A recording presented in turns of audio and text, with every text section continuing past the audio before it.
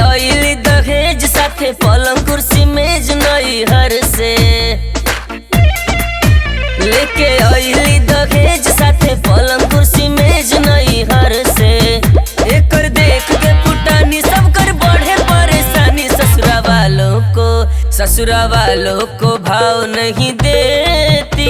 हाँ ये गजबे बड़े घर की बेटी। ससुरा वालों को भाव नहीं देती। हाँ ये गजबे बड़े घर की बेटी।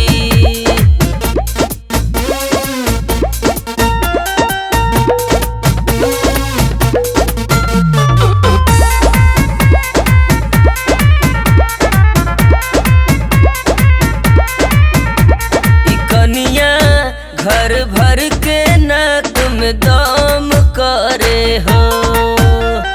कनिया हर बात पे सबके तंग करे हो। कभी छोला भटूरा चाउमीन तो कभी पास्ता मांगे। कभी पेड़ा बर्फी समोसा तो कभी खास्ता मांगे। बात किसी की न माने वही करे जो ये ठाने। सास ननद को सीरियस न लेती। हाँ ये गजबे बड़े घर की बेटी। ससुरा वालों को भाव नहीं देती। हाँ ये गजबे बड़े घर की बेटी।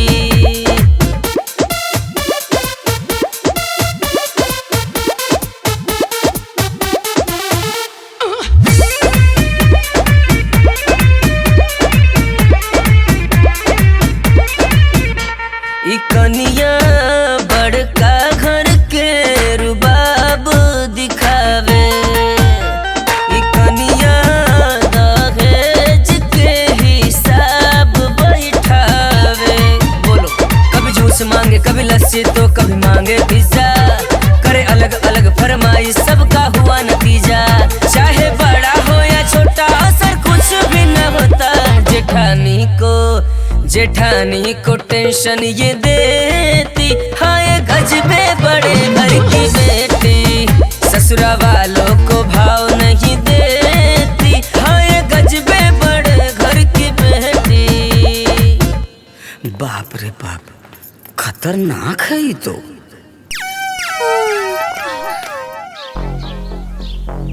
हमनिये के घर भर के माथा पर 7.5 चढ़ रहा कि बड़का घर में बिया हुई।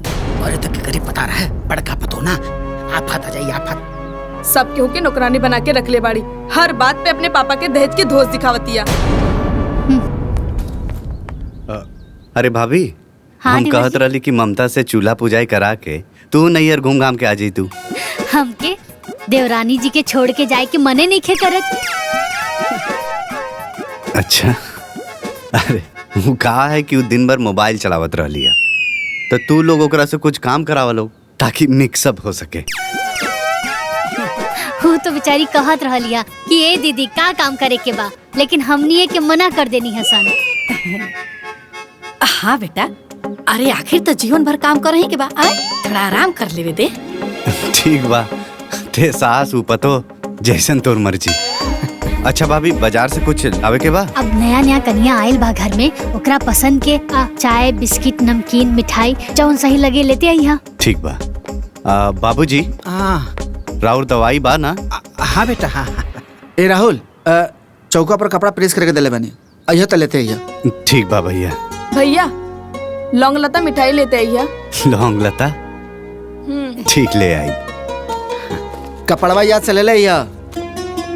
वो सब तो ठीक बा, आज ना तक कलो के पता चली तब का हुई।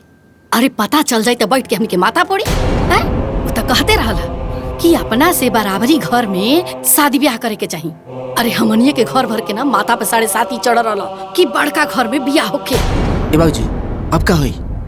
हमके का पता का हुई का ना हुई, जौन भी तो देखल जाई। अरे ये तो जा।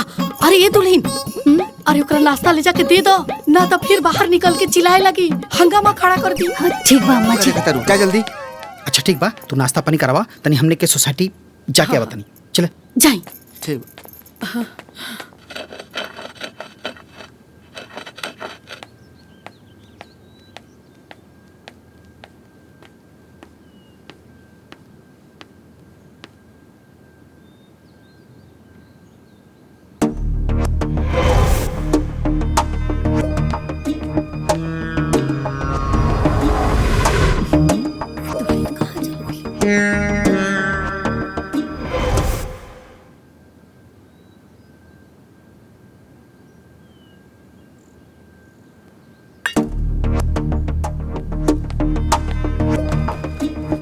अरे ये काजल, हाँ माई, छोटकी भाभी के देखले हा कहाँ हमके बाड़ी? का पता कहाँ बाड़ी। हमेशा उल्टे बोलत रहेले।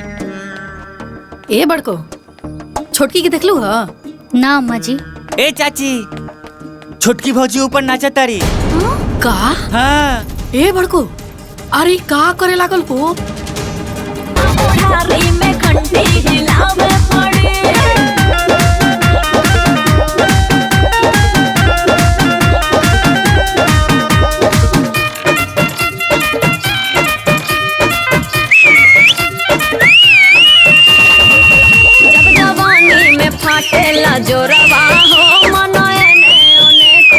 अरे कुछ करे दादा, न तो घर के पूरा इज्जत के नाश कर दी।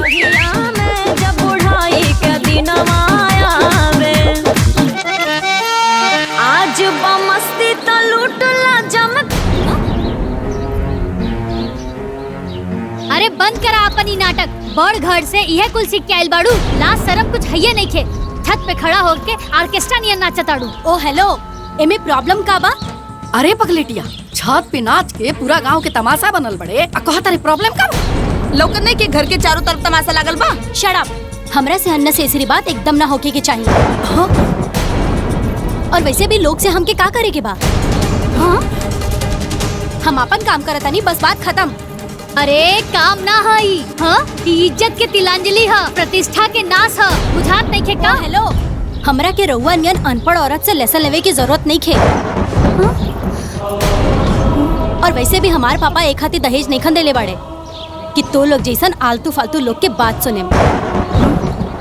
फालतू में आके दिमाग खराब कर देली। रील के सत्यानाश हो गई। अब हटी।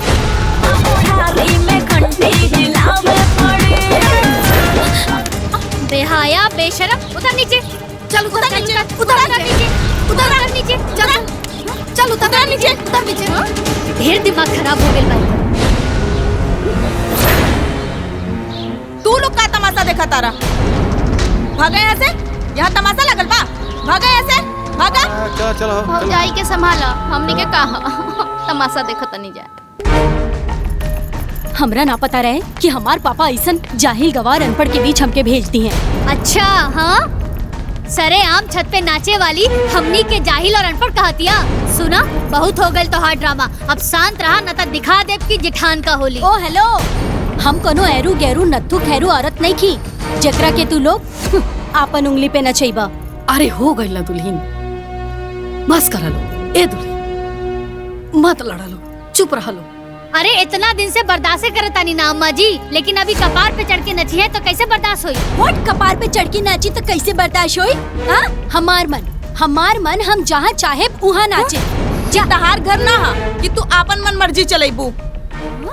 अरे चुप कर रे, तेहू बोले लगलीस। अरे गांव के लोग सुनिए तो का कहिए? अरे ए बात के लाज कई बड़ी घर की बेटी के होके के चाहिए ना अम्मा जी। एक्सक्यूज मी, हमार घर के बराबरी करे के तू लोगन के कैपेसिटी भी नहीं खे। और वैसे भी हमार पापा तू लोगन के औकात से ज्यादा दहेज एक हाथी देले बाड़े कि तू लोग हमार गुलामी करा। अरे आग लागो ऐसा दहेज में। अरे बाप रे बाप, का करिए दादा? चुप करा सा ना रे। अरे ये दहेज वाली के चुकराई ना अम्मा जी, और इनकर मुंह बा हमनी से गुलामी करावे के। व्हाट? मुंह बा गुलामी करावे के? ई बात ना दहेज लेवे के पहले बोले के चाहत रहे। अरे छुटकी दुल्ही, हम तो हाथ जोड़ता नहीं, चुप कर। अरे काहे सरेआम हमनी के इज्जत में आग लगाओ तनु? अरे अम्मा जी, रवा इकरा सामने काहे हाथ जोड़ता नहीं? अरे दुल्हीन, तेरे सामने हाथ जोड़ता नहीं। तू ही चुप हो जा। माई देखत नहीं के इनका के आपन दहेज के कितना घमंड बा। हाँ, अरे वह दहेज के घमंड में तई पगलाइल बिया। एक्सक्यूज मी, पगलाइल नहीं की। तू लोगन के ना बकबक और बकवास से हमार दिमाग हैंग हो गइल बा। शांत शांत। ठीक बा अम्मा जी, हमरा के अनपढ़ गवार जाहिल लोग से बात करे के नहीं खे। ठीक बा, हमके चाय चाहिए। हाँ? हमरा के चाय चाहिए, बड़ी आई चाय वाली। हाँ?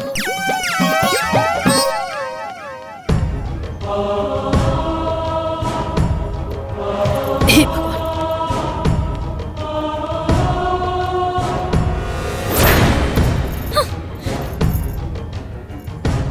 हम का करिए दादा? हमरा घर के मर्द सब कैसे मुंह देखा ये गाँव में? एकरा के चाय दे दी तेकर मन ठंडा हो जाए। मत बनाई अम्मा जी चाय। अरे दुल्हन काहे बखेड़ा खड़ा करता रू, बना ले बेदा। चाय पी तो का जाने ओकर माथवा ठंडा हो जाए। हम कहा तानी ना चाय ना बनी त ना बनी अम्मा जी। त तू ही बना देना। हमहू ना बनाए भा, बहुत घमंड बना ओकरा के अपन दहेज के ऊपर, वही दहेज से बनवा लेस।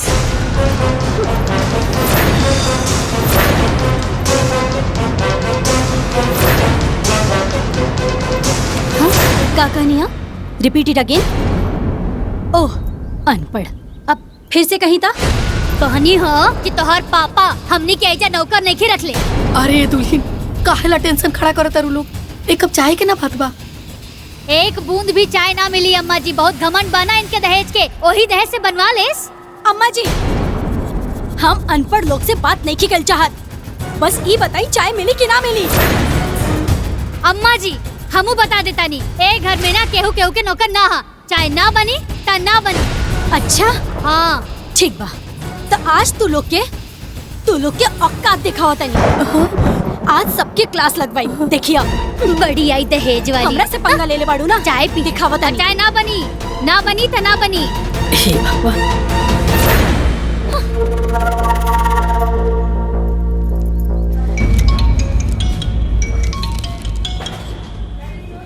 हाँ हेलो। कहाँ बानी रुआ? बैंक में। देखी रउआ घर के लोग हमरा खाती चाय नहीं बना के देत। अरे तो तू बना ला। व्हाट तू बना ला? हमार पापा एक खाती दहेज दिल बाड़े का कि हम अपना खाती खुद चाय बना के पी। देखा हमके नहीं मालूम, या तो रउआ बाजार से चाय लेके आई या तो खुद आके हमरा खाती चाय बनाई, लेकिन हमरा के चाय चाहिए तो बस चाय चाहिए।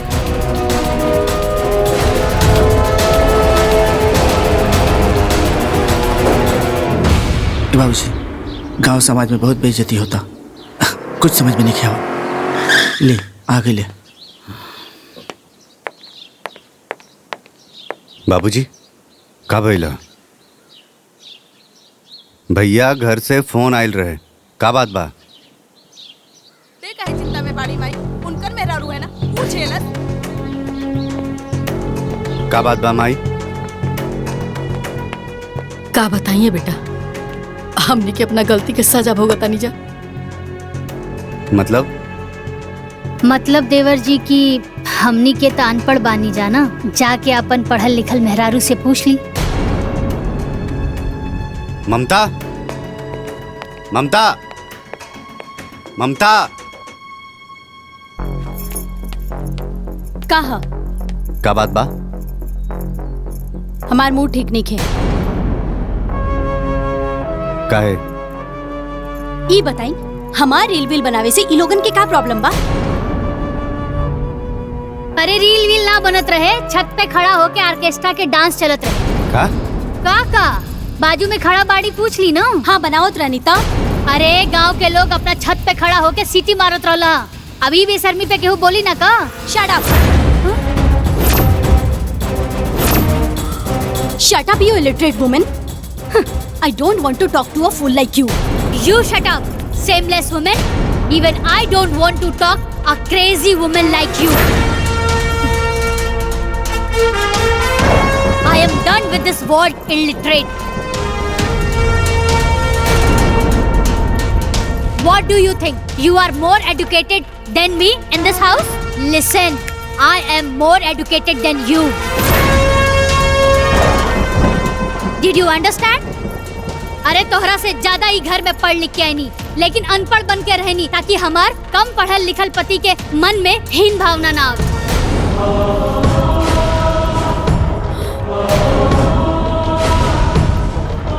अरे एजुकेटेड पीपल के अंदर कल्चर होला, लेकिन तू कौन पढ़ाई पढ़ के आयल बाड़ू कि सबके नीचा दिखावत अड़। जहिया से तू आयल बाड़ू तहिया से तोहार जूठा थाली धोवत बानी सन, एकर कपड़ा धोवनी हम, आपन बेइज्जती बर्दाश्त करत बानी सन, सिर्फ और सिर्फ एक खातिर कि ई घर के प्रतिष्ठा बनल रहे और तोहार पापा जी के मान सम्मान बनल रहे। माई भाभी का कहताड़ी? हाँ बेटा, बड़के दुल्हन जॉन कहतरी सब सच कहतर। अरे मुंह दिखाई से मना कर देली, चूल्हा पुजाई से मना कर देली, रोज नया नाटक इनकर, हमनी के हर नखरा इनकर झलत रहनी जा, हर बेइज्जती साथ रहनी जा, ताकि इनका मन में शांति मिल जाए। लेकिन तब वो अरे तो ये बात तू लोग आज तक हमरा के बतावलू काहे ना? डर से बेटा, डर से। काहे से तू मना करत रहला ना कि बड़ घर में बियाह मत करा, लोग अपना बराबरी में बियाह करे के चाहिए। लेकिन हमनी के तार बात ना मनी जा। अरे हमनी के का पता रहे कि ऐसा बड़ घर से विपत पतो उतार ले जा। ओ हेलो, का विपत पतो? हाँ, का विपत पतो?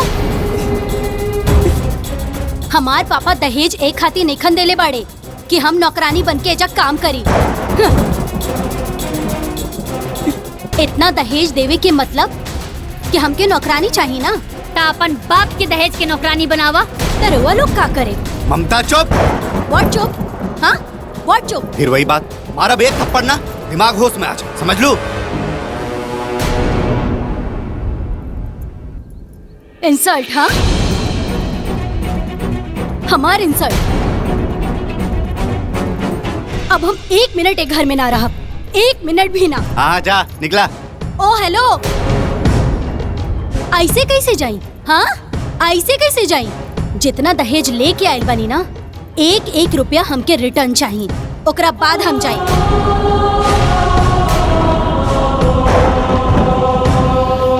डन। तहार 1-1 रुपया और तहार दहेज हम रिटर्न कर दे। बाकी तहार जैसन बदतमीज लड़की जौन हमारे फैमिली के रिस्पेक्ट ना करे, हमरा के ना चाहिए। जा निकल यहाँ से। अरे ऐसे कैसे चल जाई? आपन दहेज लेके वापस हमनी से गुलामी करवले बिया, हमार गुलामी करे के पड़ी, ओकरा बाद जाई। ओके फाइन, काल हम अपने पापा के एजा बुला ले।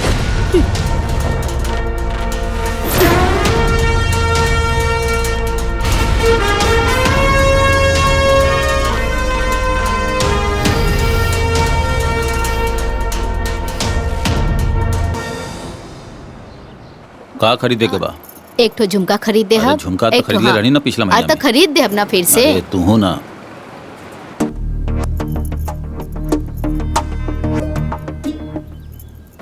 हेलो। हाँ पापा। हाँ हाँ बोल बेटा। रुआ काल के काल यहाँ आई। बात का बा वो तो बतावा। रुआ पहले यहाँ आई, सब आपके पता चल गई। ओके, मम्मी से बात करबू? ना, मूड नहीं खे। कल हम आवत तानी। का भाई? पता ना, गुस्सा में लागत रहल। बाबूजी, छोट मुंह बड़ बात करत तानी, अब आपे बताई। का रउआ अपन बेटी के दहेज ई खातिर देले बानी कि वो हमनी के नीचा दिखावे, हमनी के बेइज्जती करे? हाँ समधे जी, का समधिन जी रहुआ माई बाप के ऐसे ही नौकर नौकरानी बना के रख ले रही? ना, ये तो बिल्कुल गलत बात। हाँ? पापा, रोवा के हम एजा बोलेले बानी कि ई लोग? तू बोले बाड़ू। हाँ तो हमार सुनी ना। हाँ बोला। देखी पापा, हमरा ऐसा अनपढ़ और ड्रामेबाज लोगन के साथ नहीं रहे के। ई तू का कहताड़ू? देखी पापा, हम ही फैसला पहले ही कर लेले बानी, रोवा के सिर्फ बता रहल बानी। अच्छा, आखिर इतना हार्ड डिसीजन तू ले लू काहे? काहे कि ई लोग के साथ हम यहाँ परकटी चिड़िया की तरह नहीं रह सकत। ई लोग के हमार हर बात पे ऑब्जेक्शन बा, हम इतना लिमिटेशन में ना रह। बेटी, ई सब तोहरा खेल लगाता, ये तोहरे लाइफ के बात बा। डोंट वरी पापा, ये लोगन से सारा दहेज के पैसा और सामान हम वापस ले ले। ममता, आर यू मैड? रिलैक्स पापा, देखी हम ही फैसला कर चुकल बानी और अब हमार फैसला चेंज नहीं हो सकत बस। अरे बाबू, रउआ कुछ काहे बोलत नहीं की? हमरा इनका फैसला से कौनो एतराज नहीं के। पूरा लाइफ बर्बाद हो जाई। ये पागल लड़की के समझ में नहीं आवत। व्हाट लाइफ बर्बाद हो जाई? हाँ, व्हाट लाइफ बर्बाद हो जाई पापा? यहाँ रह के भी कोनो आबाद नहीं खे। बस 1 महीना के बाद बा, ये लोगन के एहसान उतारे के बाद, और 1 महीना के बाद रउआ बस गाड़ी लेके आ जाइहा। ऐसे ज्यादा बात हमके नहीं करे के बाद बस। रउआ लोग हमरा के माफ कर दी, हम बहुत शर्मिंदा बानी।